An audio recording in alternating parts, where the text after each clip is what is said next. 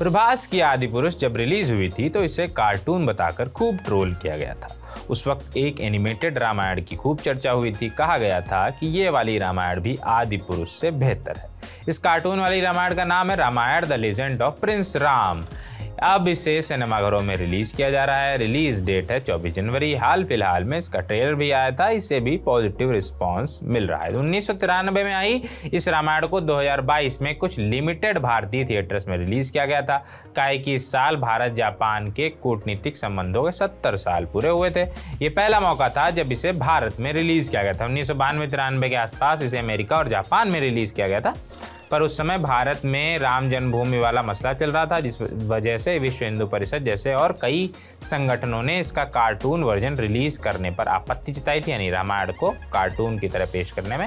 हालांकि बाद में कार्टून नेटवर्क ऑफ इंडिया ने इसके राइट्स खरीदकर इसे टीवी पर रिलीज किया, जिसे खूब सराहा गया। खैर, अब बताते हैं Ramayana the legend of prince Ram के बनने की कहानी क्या है। इस फिल्म के डायरेक्टर्स में 3 लोगों का नाम मिलता है।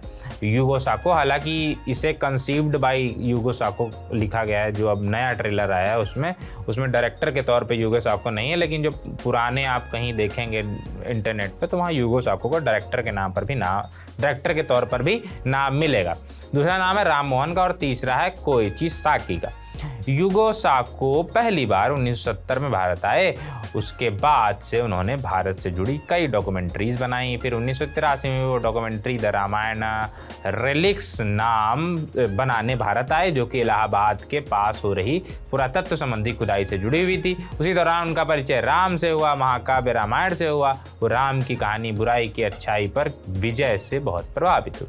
जैसे जैसे उनका शोध आगे बढ़ता गया, उन्हें ये एक मिथक से कहीं ज़्यादा लगने लगी। उन्हें इसमें जीवन दर्शन और ऐतिहासिक तत्व दिखे। इसके बाद उन्होंने वाल्मीकि रामायण के 10 वर्जन पढ़े।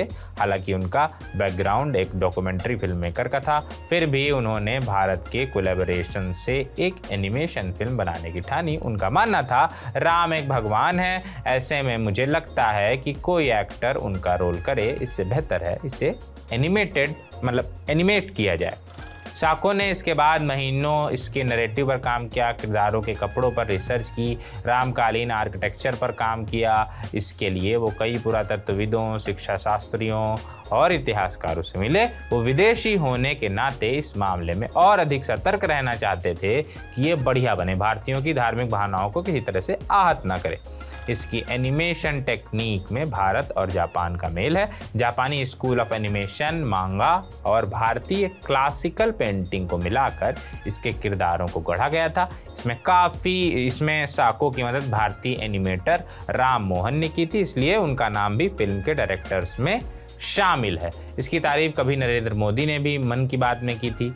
उन्होंने कहा था जापानी डायरेक्टर यूगो साको को रामायण के बारे में 1983 में पता लगा, उनको इसकी कहानी भा गई। इसके बाद यूगो ने भयंकर रिसर्च करनी शुरू की, जापानी भाषा में उपलब्ध रामायण के कम से कम 10 वर्जन पढ़ डाले।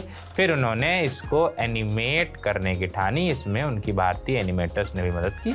उन्होंने यूगो को भारतीय परंपराओं और सांस्कृतिक से परिचित कराया, जो कि फिल्म में दिखता भी है। बाकी 24 जनवरी को ये पिक्चर आ रही है, देखते हैं क्या माहौल बनता है। आप देखने जाइएगा, हमें बताइएगा कैसे लगी, हम भी देखेंगे। चलते हैं अभी, टाटा बाय बाय, शुक्रिया।